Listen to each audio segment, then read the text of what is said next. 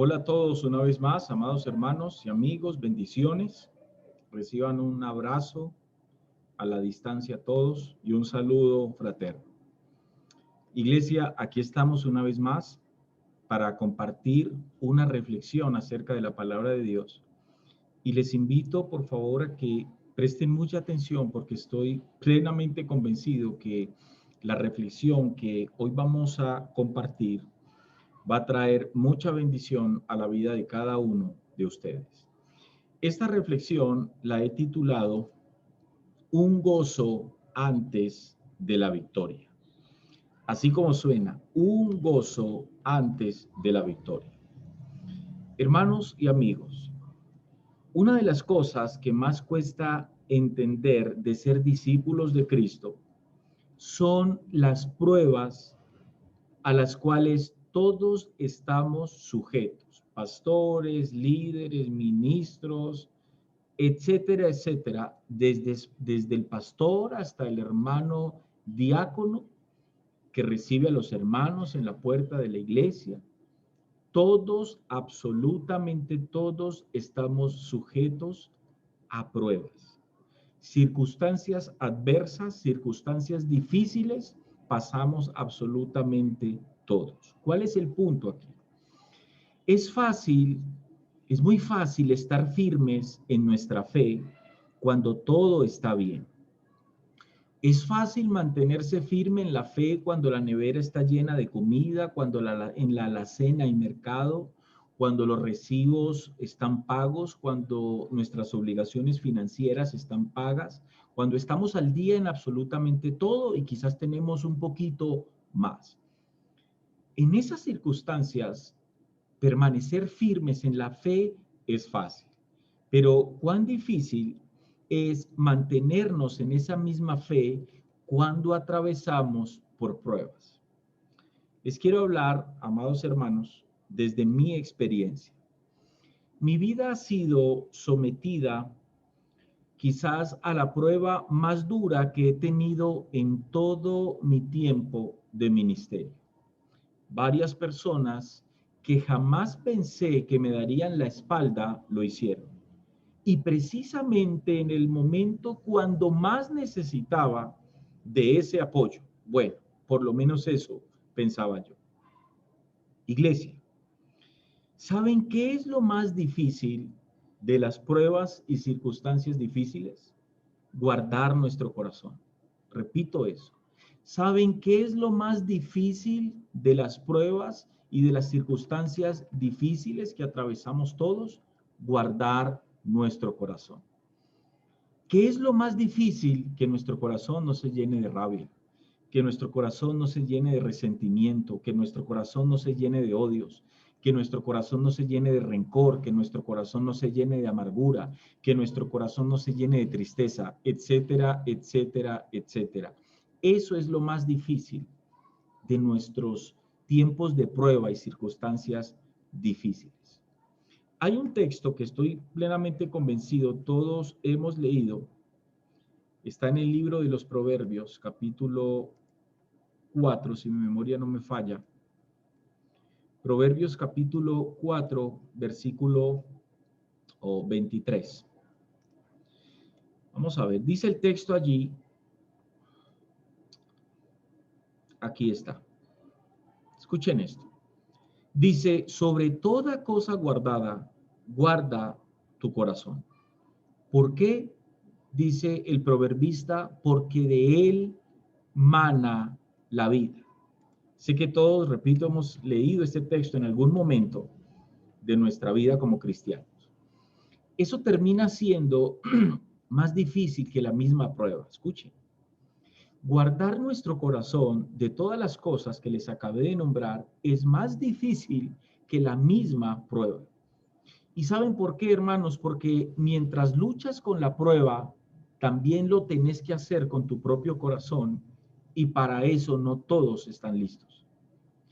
Santiago comienza con su carta hablando de esas pruebas que todos pasamos por causa de nuestra fe. Pero hay algo que Santiago dice que una mente carnal nunca podrá entender. Vamos al texto, Santiago capítulo 1, versículo 2 y 5. Carta de Santiago, capítulo 1, versículo 2 al 5. Mire lo que dice aquí Santiago. Dice, hermanos míos, dice Santiago. Vamos a leer el 2 y el 3. Dice entonces, hermanos míos, tened por sumo gozo cuando os halléis en diversas pruebas, sabiendo que la prueba de vuestra fe produce paciencia. Saben, Santiago dice aquí que detrás de la prueba hay un propósito. ¿Cuál es ese propósito? La paciencia. Verso 4. Mas tenga la paciencia su obra completa para que seáis perfectos y cabales sin que os falte cosa alguna. Hermanos, la paciencia proviene de la antigua palabra griega upomoné. Esta palabra no describe una espera pasiva, escuchen esto, porque a veces la paciencia es mal interpretada. Repito esto, paciencia proviene de la antigua palabra griega upomoné, y esa palabra no describe una espera pasiva, sino el sufrir sin rendirse. Entonces, ¿de cuál paciencia habla aquí Santiago? Del sufrir, pero sin rendirse. No, repito, no está hablando de una espera pasiva, no, está hablando de sufrir sin rendirse. No es tanto la cualidad que te ayuda a aguardar calladamente en la sala de espera de un doctor, sino la cualidad que te ayuda a terminar esa carrera en la cual todos nosotros estamos. Dice Santiago allí, ojo con esto que dice Santiago, que es muy importante entender. Sabiendo que la prueba de vuestra fe produce paciencia. Ojo con esto. Santiago dice, lo que Santiago dice es, la fe no es producida, escuchen esto, vuelvo y lo leo. Sabiendo, esto es importante, amados hermanos, sabiendo que la prueba de vuestra fe produce, ¿qué? Paciencia. Prestemos atención a esto y analicemos esto que Santiago está diciendo aquí. La fe, dice Santiago, no es producida en las pruebas. Hay personas que creen que las pruebas producen fe. Santiago está diciendo otra cosa muy distinta. La fe no es producida en las pruebas.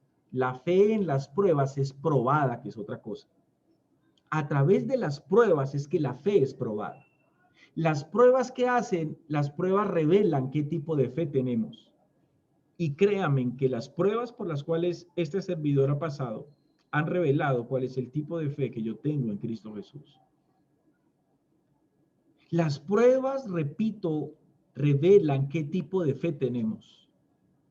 No debido a que Dios sepa qué tipo de fe tenemos, sino para hacer nuestra fe evidente a nosotros mismos y a aquellos a nuestro alrededor. O sea, mi fe no es probada por las pruebas para que Dios se dé cuenta qué tipo de fe tenés vos y qué tipo de fe tengo yo. No, no, no. El Señor sabe qué tipo de fe tenés vos y sabe qué tipo de fe tengo yo. Lo que pasa es que las pruebas me revelan es a mí y te revelan a vos el tipo de fe que vos tenés. Porque como le acabé de decir, amados hermanos, yo puedo creer, estar firme, y de hecho es fácil estar firme en la fe cuando las circunstancias son buenas. Pero cuando las circunstancias cambian y se vuelven en circunstancias adversas, ahí es cuando más de uno se da cuenta que la fe que creía tener no era fe. Entonces dice Santiago allí y habla de la paciencia. Pero resulta que la paciencia no siempre es producida en tiempos de prueba. Si las dificultades se reciben con incredulidad y quejas, ojo aquí porque esto es importante. Si las dificultades, si las adversidades, si las pruebas, vos las recibís con incredulidad y con quejas, entonces las pruebas en tu vida y en mi vida que tenían que producir paciencia, resulta que no produce paciencia, sino que termina produciendo amargura y desaliento. Y este es el motivo por el que Santiago nos exhorta el tened por sumo gozo, amados hermanos, es la respuesta de la fe en los tiempos de la prueba. Versículo 5. Y si alguno de vosotros, dice Santiago, tiene falta de sabiduría, pídala a Dios, el cual da a todos abundantemente y sin reproche, dice Santiago, y le será dado. Aquí hay algo muy importante, amados hermanos, y es el contexto en el cual Santiago habla de la necesidad de la sabiduría. ¿Cuál es? En tiempo de prueba. De lo que Santiago habla aquí, iglesia, es de la importancia de lograr entender y aprender de cada prueba. Sabiduría es entender, repito, sabiduría es entender por qué y para qué llegó a mí esa prueba. Lo demás es necedad. Pero ¿qué es lo que una mente carnal, qué es lo que una mente carnal nunca podrá entender? Tened por sumo gozo cuando os halléis en diversas pruebas. Eso jamás una mente carnal lo va a entender. Porque no tiene racionalidad humana, eso no se puede entender en una mente carnal. ¿Cómo yo me voy a gozar en medio de la prueba? ¿Cómo yo voy a poder, cómo yo voy a poder gozarme en medio de la prueba? ¿Cómo yo voy a poder gozarme cuando no tengo alimento? ¿Cómo me voy a gozar cuando me quedé sin empleo? ¿Cómo me voy a gozar cuando aquellos que nunca pensé que me iban a dar la espalda, me la dieron? ¿Cómo me voy a gozar en eso? Pues eso es lo que dice Santiago, amados hermanos. Es precisamente lo que dice. Cualquiera se puede preguntar en qué mundo vivía Santiago. ¿Quién logra tener gozo, repito, en medio de una prueba? ¿Quién logra tener gozo, amados hermanos, en medio de una prueba? Ojo aquí, Santiago no está hablando de resignación, sino de gozo. Santiago no dice que cuando estemos en diversas pruebas resignémonos a las pruebas. No, está hablando de gozo, porque es posible que uno se resigne ante una prueba, pero eso no tiene nada que ver con gozo. Hermanos, las pruebas son dolorosas, pero pasar por ellas nos trae lecciones valiosas que pueden fortalecer nuestro carácter y traer crecimiento espiritual. Esto es muy importante.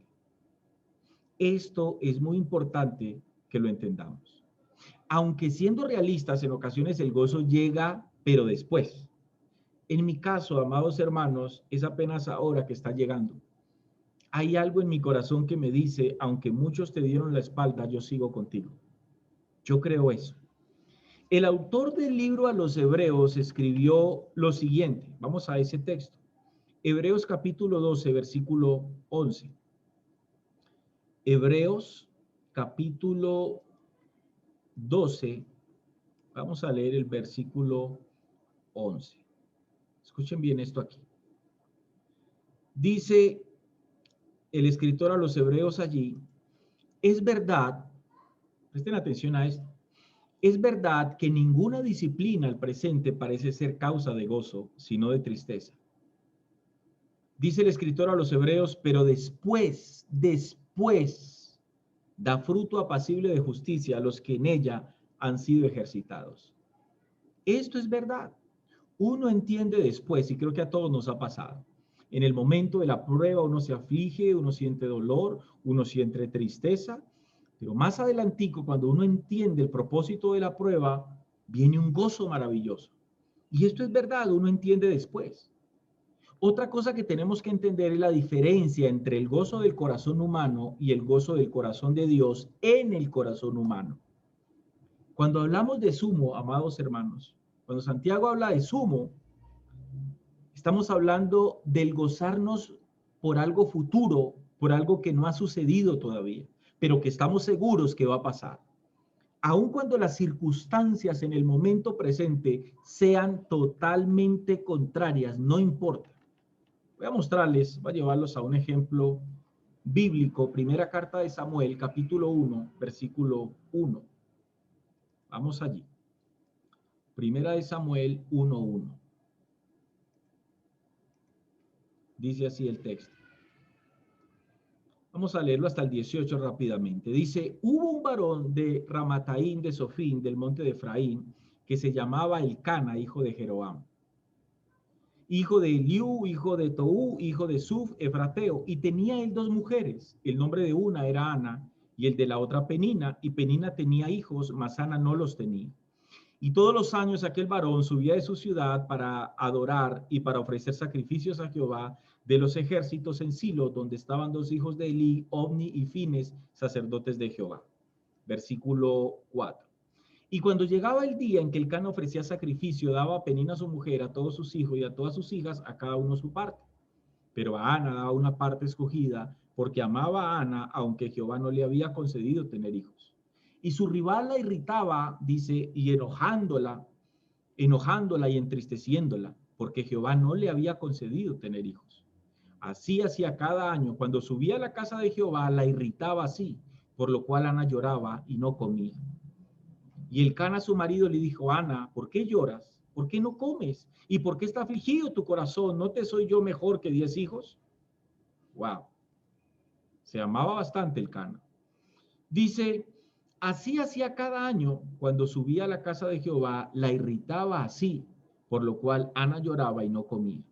Y el Cana, su marido, le dijo: Ana, ¿por qué lloras? ¿Por qué no comes? ¿Y por qué está afligido tu corazón? ¿No te soy yo mejor que 10 hijos?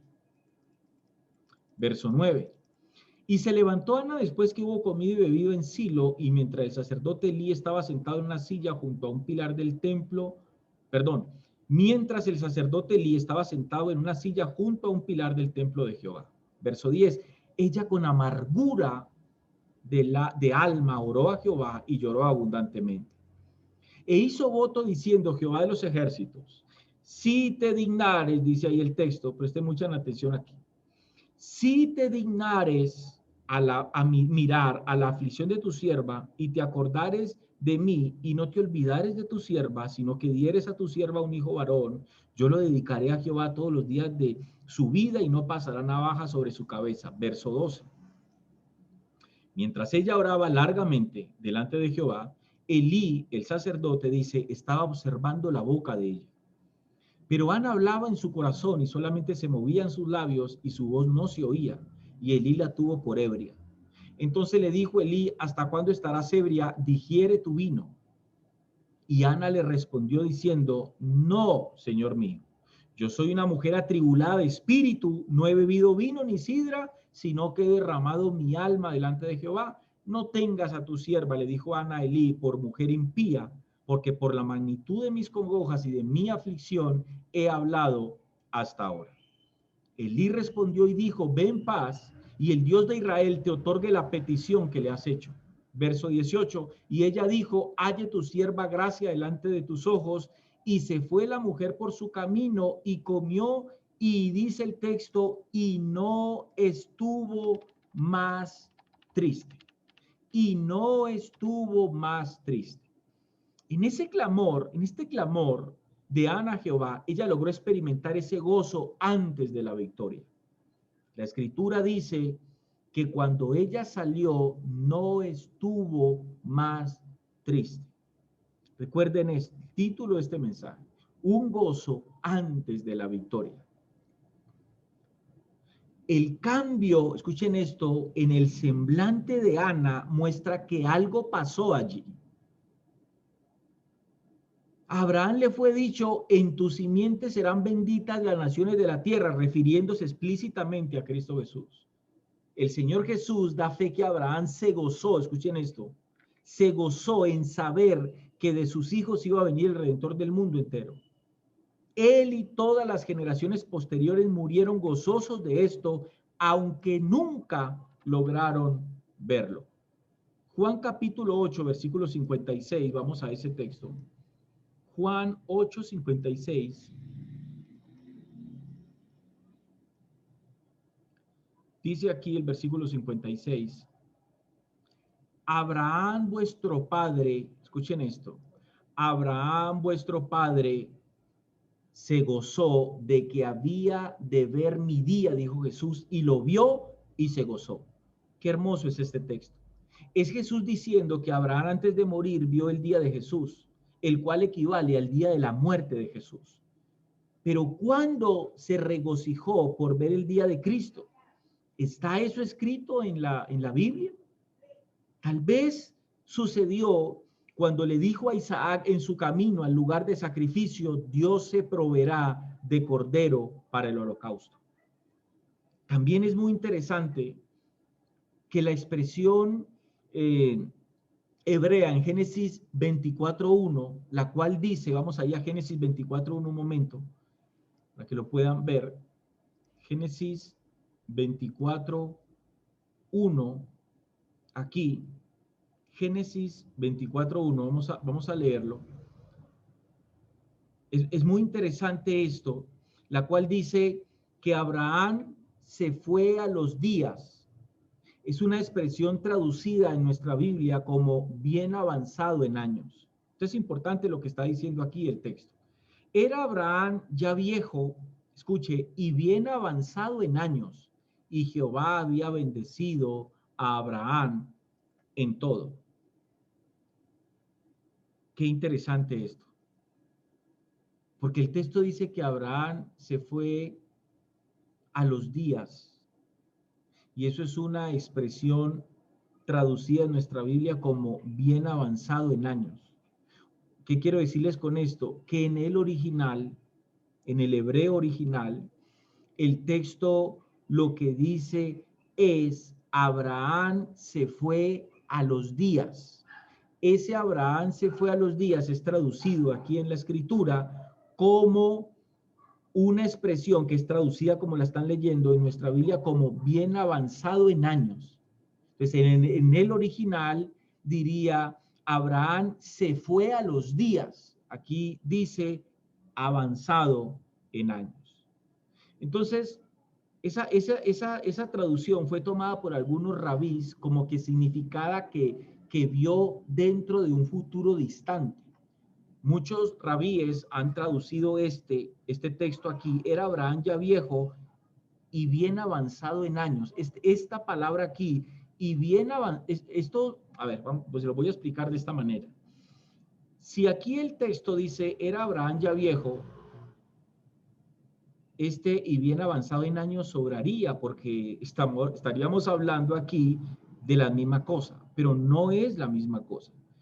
Era Abraham ya viejo, pero aquí donde dice, y bien avanzado en años, quiere decir que Abraham ya había tenido la capacidad de poder ver. Abraham era una especie de vidente que había logrado ver cosas futuras que otros no habían logrado ver. Resulta que en la carta de Juan, capítulo 16, verso 16, Juan 16, 16, vamos allí por favor. Juan 16, vamos a leer desde el verso 16, dice el texto lo siguiente. Vamos a leer desde el versículo 16, amados hermanos, al 22. Dice así. Todavía un poco, mire esto, todavía un poco y no me veréis, dijo Jesús. Y de nuevo un poco y me veréis, porque yo voy al Padre. Entonces se dijeron algunos de sus discípulos unos a otros, ¿qué es esto que nos dice? Todavía un poco y no me veréis, y de nuevo un poco y me veréis, ¿y por qué yo voy al Padre? Decían pues, ¿qué quiere decir con todavía un poco? No entendemos lo que habla. Jesús conoció que querían preguntarle y les dijo, ¿preguntáis entre vosotros acerca de esto que dije, todavía un poco y no me veréis, y de nuevo un poco y me veréis?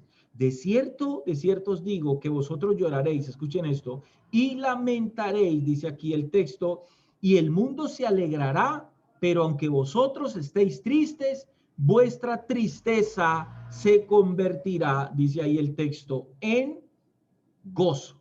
Qué interesante esto, verso 21. La mujer cuando da luz, dijo Jesús, tiene dolor.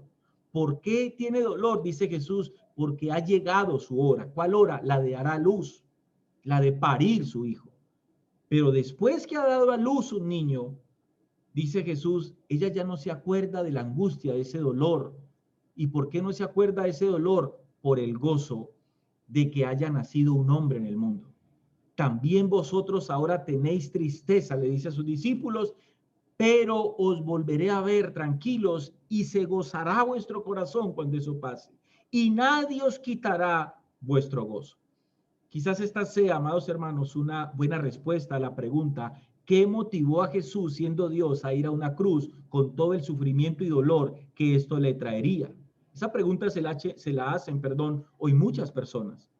Y saben, Jesús pensaba en el gozo después de la cruz. A causa de ese gozo, la cruz no pudo vencer a Cristo. Su gozo era pensar en lo que luego de eso pasaría. Y ahí está la clave, amados hermanos. Este es el momento justo, iglesia, para gozarnos de lo que viene luego. Este es un buen tiempo para gozarnos antes, como dice el título de este mensaje, un gozo antes de la victoria. No importa cuán golpeado estén tus finanzas, no importa las circunstancias en las que hoy esté tu vida a causa de la situación que hoy el mundo vive. Aprende a gozarte antes de la victoria, porque tu victoria, amado hermano, ciertamente viene, pero debes gozarte antes de tu victoria. Aprendamos a gozarnos antes de la victoria, que fue lo que Santiago dijo, y con eso termino esta reflexión. Tened por sumo gozo cuando os halléis en diversas pruebas y tribulaciones y circunstancias difíciles. Gocémonos, no por lo que estamos viviendo, porque los tiempos pueden ser adversos, pero gocémonos porque detrás de esos tiempos vienen tiempos de victoria. Fue un placer haber compartido contigo esta reflexión. Espero te haya bendecido. Hasta una próxima oportunidad. Bendiciones.